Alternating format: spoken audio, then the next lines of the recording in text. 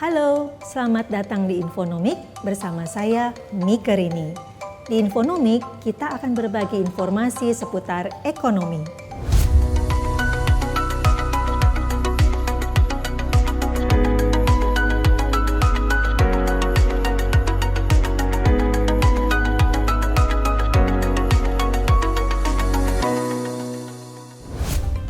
Infonomi kali ini kita akan berbagi tentang tata kelola keuangan usaha Anda.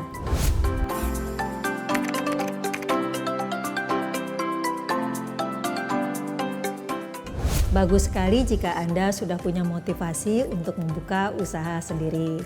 Tantangannya memang banyak, tapi bukan berarti kita tidak bisa atasi ya.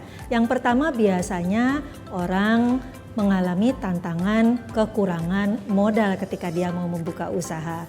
Nah, caranya adalah memang kita bisa menabung sejumlah tertentu sampai tercapai modal yang kita targetkan atau modal yang kita butuhkan.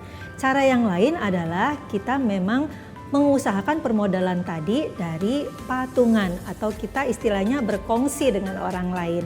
Jadi dari modal usaha yang kita butuhkan bisa jadi 50%-nya disediakan oleh Anda dan 50%-nya disediakan oleh mitra atau partner Anda. Nah, yang saya ingin jelaskan di sini adalah bahwa ketika Anda awal membuka usaha, usahakan agar modalnya itu dari uang Anda sendiri atau dari patungan itu tadi, bukan dari meminjam. Kenapa demikian? Karena usaha ketika baru dijalankan, penghasilan usahanya belum stabil. Sementara kalau Anda sudah terlanjur meminjam, maka Anda sudah punya kewajiban cicilan. Padahal penghasilan usahanya juga belum jelas. Karena itu sekali lagi, ketika awal membuka usaha, gunakan modal usaha sendiri. Nah, supaya mudah dalam Anda mengumpulkan modal usahanya, terlebih dahulu memang harus dihitung berapa sih modal usaha yang sesungguhnya. Jangan sampai Anda merasa kesulitan untuk mengumpulkan modal usaha, tetapi Anda belum hitung dengan detail, hitung secara jelas permodalan untuk usahanya apa saja. Apakah untuk peralatan, apakah untuk tempat, apakah untuk perizinan. Nah, kalau sudah lebih detail, kalau sudah Anda breakdown, kan jadi ketahuan mana sih dari kategori berbagai modal usaha tadi yang bisa Anda hemat. Dengan demikian, mengumpulkan modal usaha menjadi lebih mudah.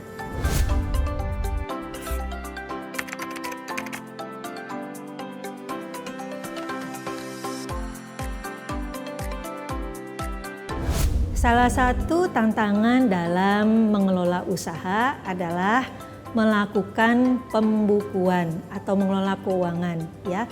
Nah, karena itu sebenarnya jangan hal itu dijadikan momok ya, dijadikan semacam halangan yang tidak bisa Anda tembus.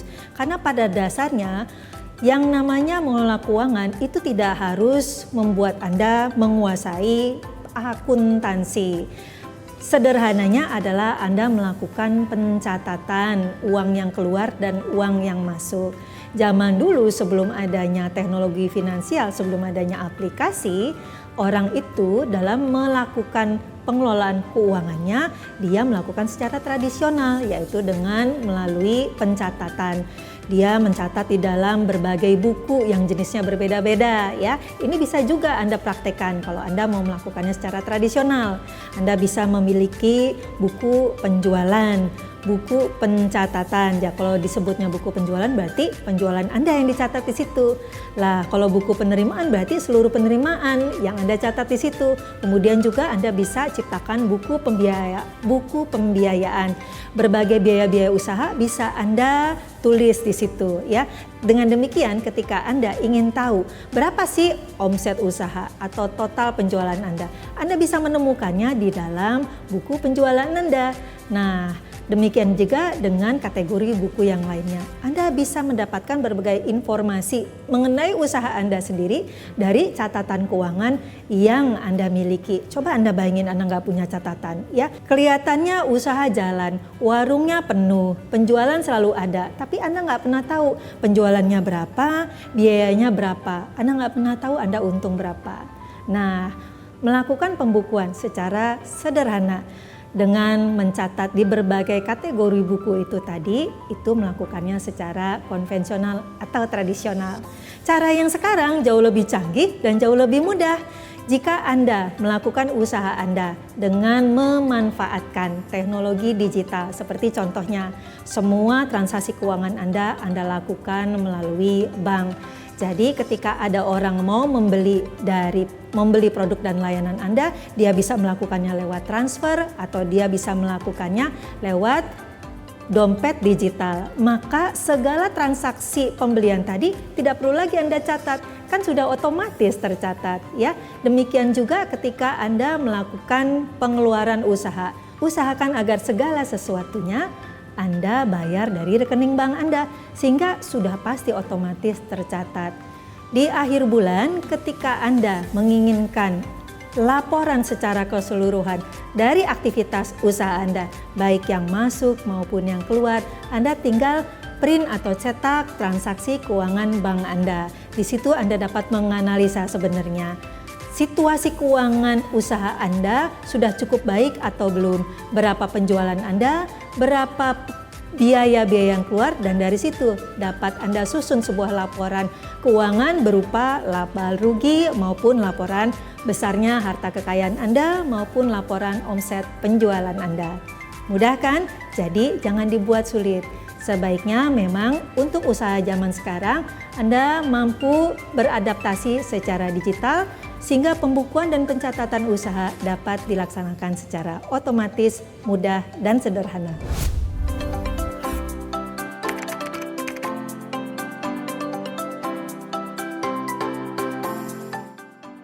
Dalam usaha, pengeluaran itu bisa terjadi kapan saja. Dalam usaha bisa juga terjadi pesanan melebihi kapasitas produksi Anda. Nah, ketika hal-hal itu terjadi, tentunya membutuhkan uang kan?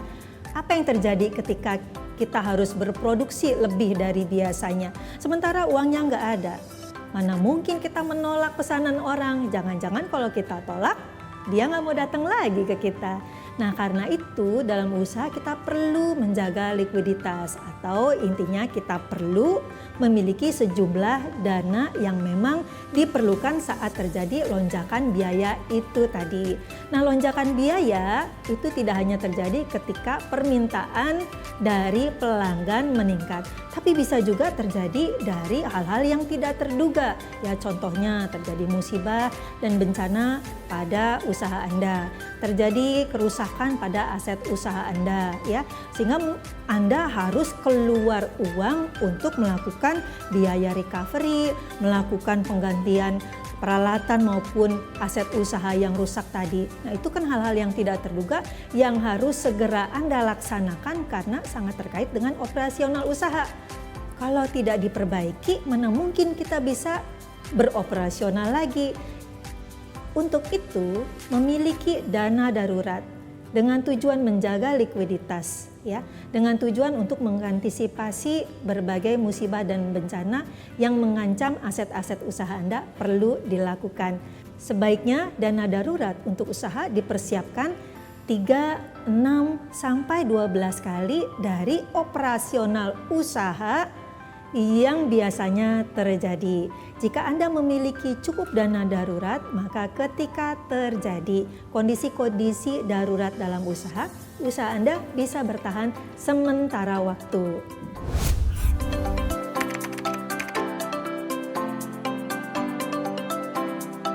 Dalam usaha, menjaga tingkat pengeluaran itu penting. Dalam usaha, seluruh pendapatan usaha juga tidak boleh dihabiskan begitu saja. Jadi sama seperti orang pribadi, usaha juga perlu menabung. Penghasilan usaha tidak boleh habis begitu saja. Nah, bagaimana caranya supaya tingkat pengeluaran usaha ini bisa terkendali? Nah, Anda harus deteksi terlebih dahulu nih, pengeluaran usaha itu apa saja. Kalau kita tidak bisa mengkategorisasi, kita jadi kehilangan fokus gitu. Pengeluaran apa yang sebaiknya atau pengeluaran apa yang wajar kita hemat. Nah, pengeluaran usaha itu ada dalam berbagai kategori. Contohnya, pengeluaran usaha yang langsung terkait dengan produk, contohnya biaya bahan baku ya. Ada juga pengeluaran usaha yang terkait dengan operasional ya. Contohnya seperti listrik, telepon dan lain sebagainya. Ada lagi juga pengeluaran usaha yang biasanya jumlahnya tetap, contohnya seperti gaji karyawan. Jadi operasional usaha mau berapapun, selama jumlah karyawannya tetap ya, perusahaan beroperasional atau tidak, gaji karyawan tetap harus dibayar. Nah, pengeluaran-pengeluaran usaha Anda harus Anda deteksi dulu. Apakah mengeluarkan biaya bahan baku, ataukah ada pengeluaran tetapnya, ataukah ada pengeluaran tidak tetapnya. Nah, dari kategori-kategori ini, mana yang bisa dihemat? Apakah bahan baku bisa dihemat? Mungkin kita bisa mencari bahan baku yang harganya lebih murah tapi kualitasnya yang sama. Atau kita bisa juga mencari supplier di mana bisa memberikan kita pembiayaan. Kita tidak harus membayar tunai tapi bisa memberikan tempo atau penundaan pembayaran. Tentunya ini menjadi keuntungan usaha bagi kita karena kita dapat mengatur berbagai pengeluaran tadi sehingga perputaran usaha kita semakin lancar dan efisien.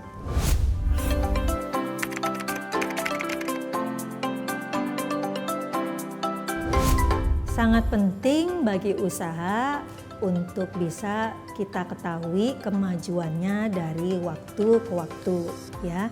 Karena itu memang kita harus evaluasi. Nah, evaluasi ini sebenarnya harus berdasarkan data yang sesungguhnya ya. Nah, data sesungguhnya ini memang berdasarkan laporan keuangan. Nah, laporan keuangan usaha ada yang namanya laporan laba rugi ada. Ada juga laporan keuangan usaha berupa neraca. Nah, ada juga laporan keuangan berupa arus kas. Nah, kalau laba rugi sesuai dengan namanya, dia menceritakan atau menyajikan sebenarnya pada periode waktu tertentu keuntungan usaha Anda berapa. Nah, di situ didapat laba usaha dari total penjualan dikurangi dengan biaya-biaya. Nah, kalau kita bicara penjualan berarti kan kita bicara mengenai omset usaha ya. Salah satu indikator kita untuk bisa melacak kemajuan usaha adalah dari omset usaha tadi. Omset usaha semakin meningkat dari waktu ke waktu, maka itu merupakan sebuah indikator keuangan usaha kita atau kemajuan keuangan usaha kita bergerak lebih baik. Nah, karena itu memiliki data, memiliki pencatatan keuangan usaha, omset keuangan usaha, total penjualan keuangan usaha Anda dari waktu ke waktu sangat penting sebagai indikator bagi Anda untuk mengukur kemajuan usaha. Namun, omset usaha itu baru pendapatan saja. Kita juga harus menghitung keuntungan ya. Nah, karena itu kita bisa lihat sisi sebelahnya yaitu biaya usaha. Berapa sih keuntungan usaha kita yang sebenarnya? Jangan-jangan omset usaha kita besar, keuntungan usaha kita segitu-gitu aja, berarti biaya usaha kita naik dong. Nah, kalau kita mendapati situasi usaha kita seperti itu, maka yang perlu dievaluasi adalah biaya usahanya. Jangan-jangan kita operasional usahanya menjadi lebih mahal dari waktu ke waktu. Nah, di situ berarti harus ada efisiensi. Dengan demikian, kinerja usaha selain dari waktu ke waktu perlu kita evaluasi, maka apa yang dievaluasi juga perlu kita monitor dari waktu ke waktu juga.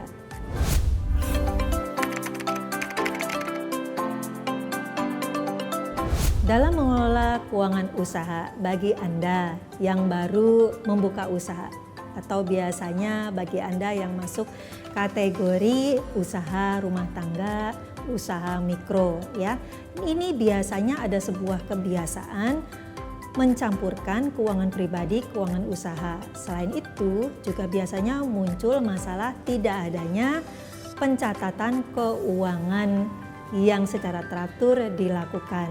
Jika Anda tidak memiliki pencatatan, tidak melakukan pembukuan, maka biasanya Anda cenderung untuk mencampurkan aset pribadi dengan aset usaha. Nah, di awal Anda membuka usaha, pada dasarnya harus sudah dibiasakan.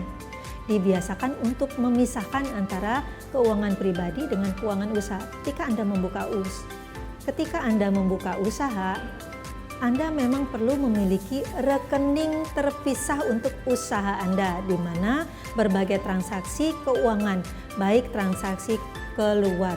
Ya, transaksi pembelian, transaksi pengeluaran maupun transaksi yang sifatnya pemasukan atau pendapatan usaha harus melalui rekening usaha tersebut. Rekening ini dia bisa rekening di bank, tetapi bisa juga dia berupa dompet digital ya. Jadi karena zaman sekarang itu makin canggih sehingga berbagai aktivitas usaha tidak lagi harus dilakukan melalui rekening di bank, melainkan bisa Anda menggunakan berbagai metode pembayaran digital yang lain. Intinya, ketika Anda memiliki usaha di mana Anda mengharapkan usaha tersebut menjadi penghasilan Anda tidak boleh langsung mengambil omset usaha Anda menjadi penghasilan pribadi Anda. Tetapi ketika Anda baru mulai usaha, omset pribadi itu ketika Anda baru memulai usaha, omset usaha Anda ambil sebagian tertentu. Caranya adalah ketika terjadi penjualan, Anda mengambil komisi, kan Anda yang menjual.